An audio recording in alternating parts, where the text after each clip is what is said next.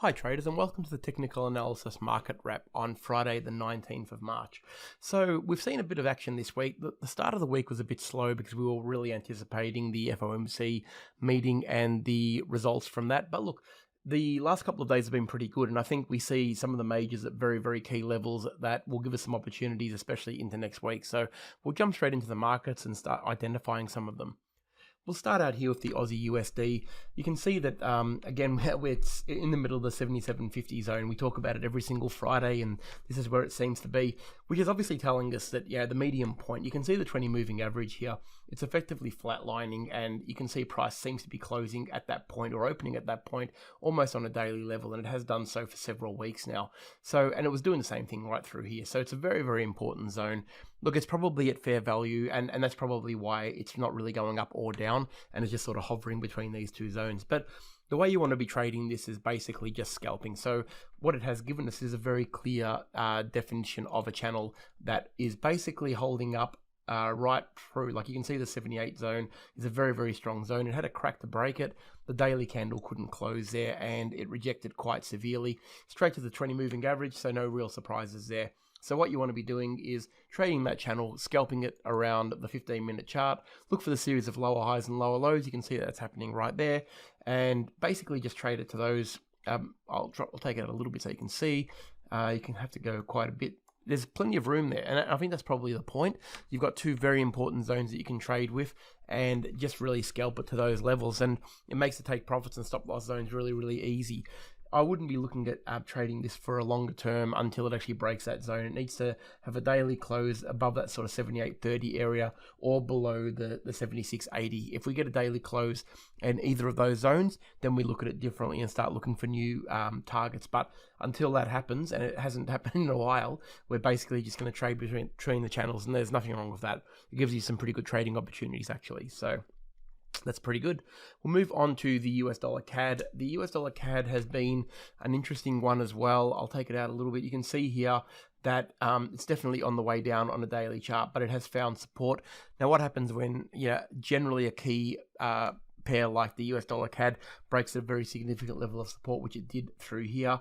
It's going to find little mini support levels basically at every round number there is. So every time it comes to a round number, you're going to find some sort of a kickback. It's definitely done it here at around that 124. What you want to be looking at now is, rather than just jumping on board on the short, probably trading and scalping the long opportunities until it gets there. What will generally happen when a key level gets broken is it gets retested again from below. So we have every anticipation that this is probably going to get up to around that sort of 126 area, or to the very least a 20 moving average. So there's still a bit of room to move there. So what you want to be doing is going to the smaller time frames and trading those opportunities. So you can see here we've already had a bit of a resurgence on the 1 hour. Trade those pullbacks. You've got a 20 moving average, a 20 and a 50 moving average cross here on the 1 hour chart. So that's pretty good. You can basically trade if it comes back and touches the 20 moving average. You can start looking at longs, but what you want to be doing is effectively taking your take profits at the roll reversal zone, which is the pink line here. If it gets to that level, then you've got to tread very carefully, because if it's going to reverse, that's the area it's going to reverse from. And if it does, it's probably going to test the new lows again, or even go lower again. So quite often it'll test this level. Be careful when it gets there, but any scalping opportunities to get there are certainly an advantage. If you can do it, look at the 15-minute chart. You can see how many times it's come back and touched a 20 moving average. And effectively, you've got that zone. You know where to aim for. Just trade the lightning bolt effects and the mini trends inside that channel. And you want to get it up to that pink line on the daily. And that's where the roll reversal will happen if it's going to. Now, if you get a daily close above that level, then we're going to start looking at longs again. But that's another conversation. So in the first instance, we're going to try and get it up to that level and take our profits around the 126 sort of 20 area.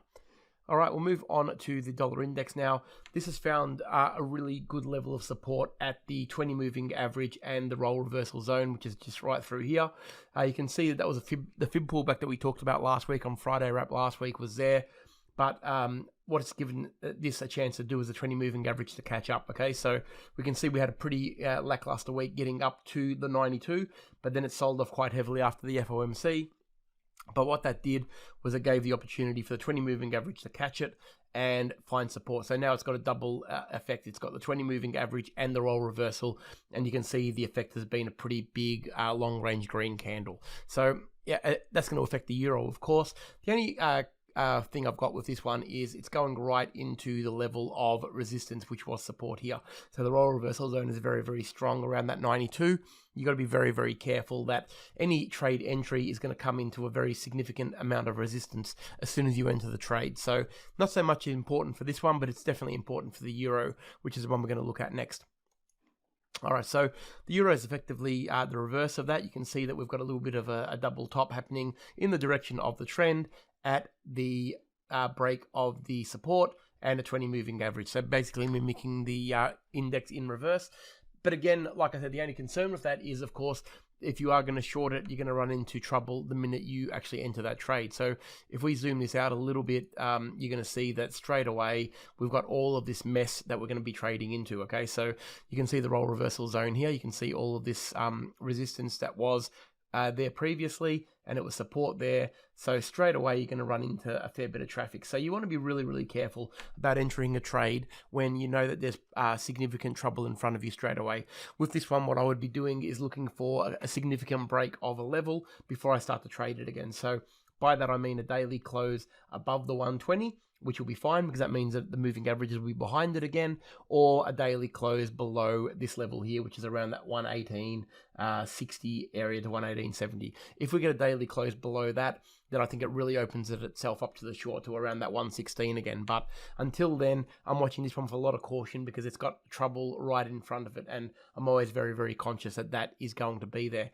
In saying that, if it starts to go long and the dollar index fails to get held at the 20 moving average on the daily, it does open itself up for a couple of long opportunities back to the 120. But again, these are only scalps, okay? There's not a big range there. They're only scalping opportunities. And if you're there in front of the charts when they happen, great. If they're not, do not chase them. It's not something that you want to be chasing. All right.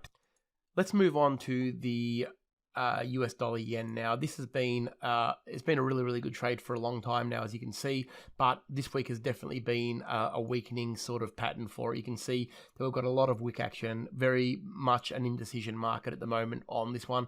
The whole week has been effectively a very, very tight range with big wicks on all of the candles, which is telling us that it's reached a zone, it's lost a lot of momentum. We can see that just by the price action. So yeah, the 109 to 109.50 is a very strong level for the US dollar yen, so we want to be watching it pretty closely. I think rather than going long, I think the easy trade is to actually short it down to the 20 moving average. It hasn't been there for a long time now, so I'd be looking for opportunities to get it back down to the 20, which is around the sort of 108. Again, yeah, it's not a massive move. You're only going to get about 80 to 100 pips out of this one, but they are pretty strong, and I think it would be 80 pips to the way down would be easier than 80 pips on the way up because yeah, the 109's already proven itself as a pretty strong level of resistance, and yeah, the 20 hasn't been tested in quite a while, so you would think the market forces would probably take the easiest path of resistance, which is the short on this one. So I would be looking for the changes of trend on the smaller time frames. At the moment, you can see it's doing a hell of a lot of nothing. Look for the lightning bolt on the 1 hour or even a 15-minute if you've got the time to scalp. Look for the changes of trend. If you see a change of trend on either of those time frames and it starts to gravitate down, the logical target is the 108 because that's the 20 moving average on the daily, and that is a very, very strong point of where it will probably go to if it starts to weaken any further. And you can see momentum has definitely been lost on the way up there. All right, we'll go over to the S&P 500 now. This one here is definitely starting to show the signs that it's starting to get tired. We've been saying that for a while and hasn't really done anything. But you can see even this week, even the lead up to the meeting was relatively weak. Like it was creeping up there slowly, but there was a lot of small movements, basically just meandering on up. And it gave away all of its gains basically in one trading session. Found itself at the 20 moving average, no question about that. But we've got pretty solid Class A bearish divergence now. You can see the price made the higher high. MACD has made the lower low. That's on a significant time frame like the daily, so not to be ignored. And of course, it's at all-time high levels, which adds a little bit more spice to the potential short here. So what we need to see, though, I'm not keen on actually scalping this one. I want to actually see it do something properly so we can trade it properly. We need to see a daily close below the 20 moving average, okay? If we get the daily close below the 20, then we can start looking for the changes of trend to get it down to that 3,550 level. That's where the opportune, chances are going to be to actually get a decent move out of this. I'm not really keen on, taking it long again off this level, only because it's showing signs of weakness. It took a long time to get there.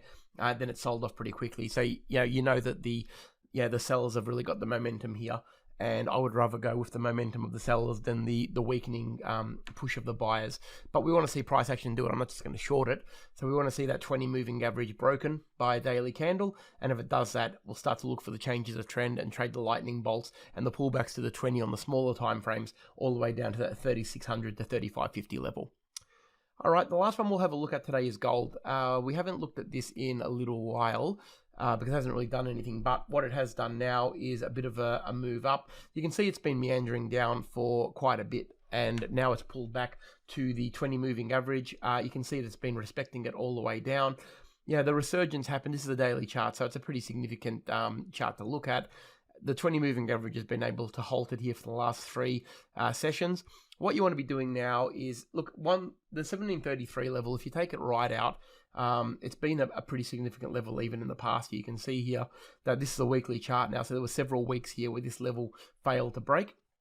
So it is important, now that it's starting to show a little bit of weakness at this level.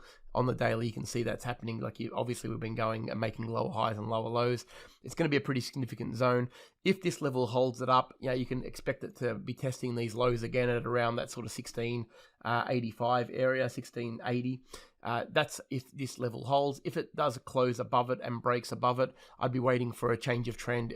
And by that I mean on a 4 hour at the very least, you want to be seeing the lightning bolt effect. You can see the movement's been pretty shallow, but we can see that we've already got a series of higher highs and higher lows.